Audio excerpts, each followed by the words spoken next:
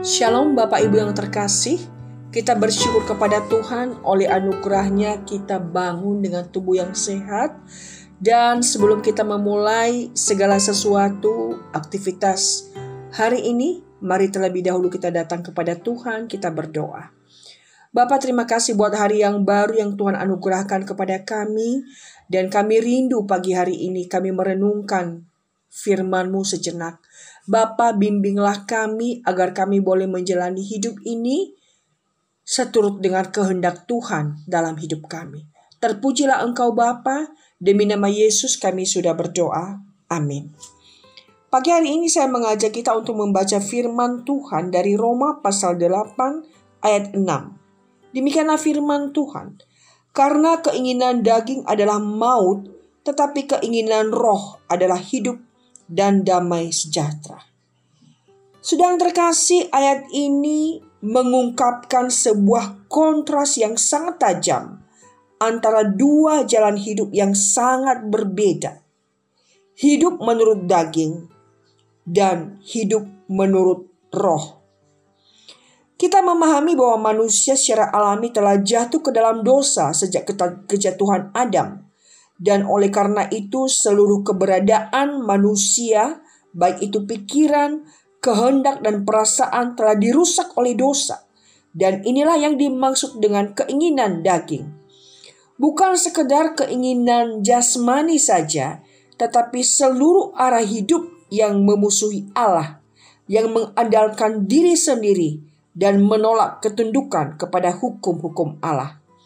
Keinginan daging ini membawa kepada maut, bukan hanya dalam arti secara fisik, kematian, tetapi lebih dalam keterpisahan kekal dari Allah, yaitu kematian rohani dan penghakiman.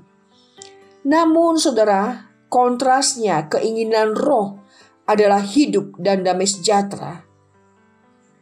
Di dalam pemahaman kita sebagai orang percaya bahwa ini adalah karya Roh Kudus yang membangkitkan orang mati secara rohani, memberikan hati yang baru, menanamkan iman kepada Kristus, dan menuntun orang percaya tersebut di dalam kekudusan. Hidup menurut roh bukan hasil usaha manusia, tetapi karya kasih karunia yang murni dari Allah.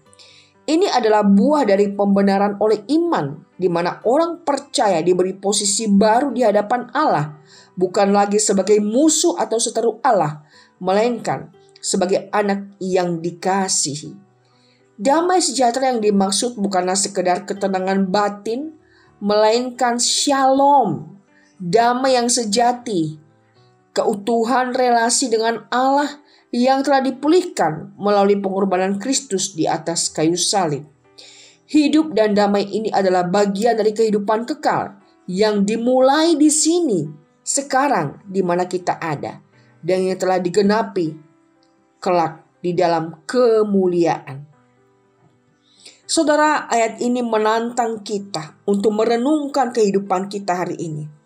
Apakah kita masih hidup menurut daging yang akhirnya menuju maut, ataukah kita telah hidup oleh roh dan kini berjalan dalam kehidupan yang baru yang penuh damai sejahtera?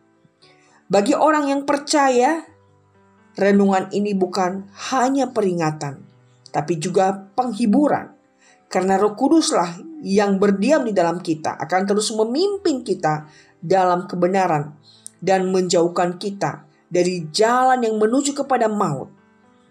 Saudara, apakah kita hari ini sedang hidup dipimpin oleh roh atau dipimpin oleh kedagingan? Tuhan memberkati kita. Amin. Mari kita berdoa. Bapa, terima kasih buat perenungan ini, di mana kami kembali diingatkan sebagai orang-orang yang sudah percaya kepada Kristus. Apakah dalam keseharian kami hidup di dalam kedagingan atau hidup dalam pimpinan Roh Kudus Allah? Tuhan, Engkau mengenal setiap kami.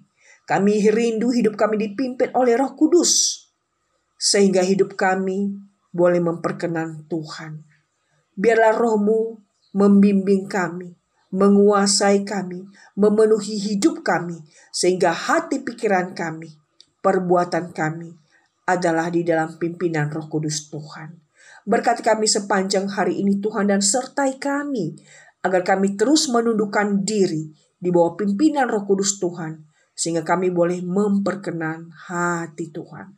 Terima kasih Tuhan. Terpujilah Engkau dalam kehidupan kami. Demi nama Yesus kami sudah bersyukur dan berdoa. Amin. Tetap semangat, Tuhan memberkati. Amin.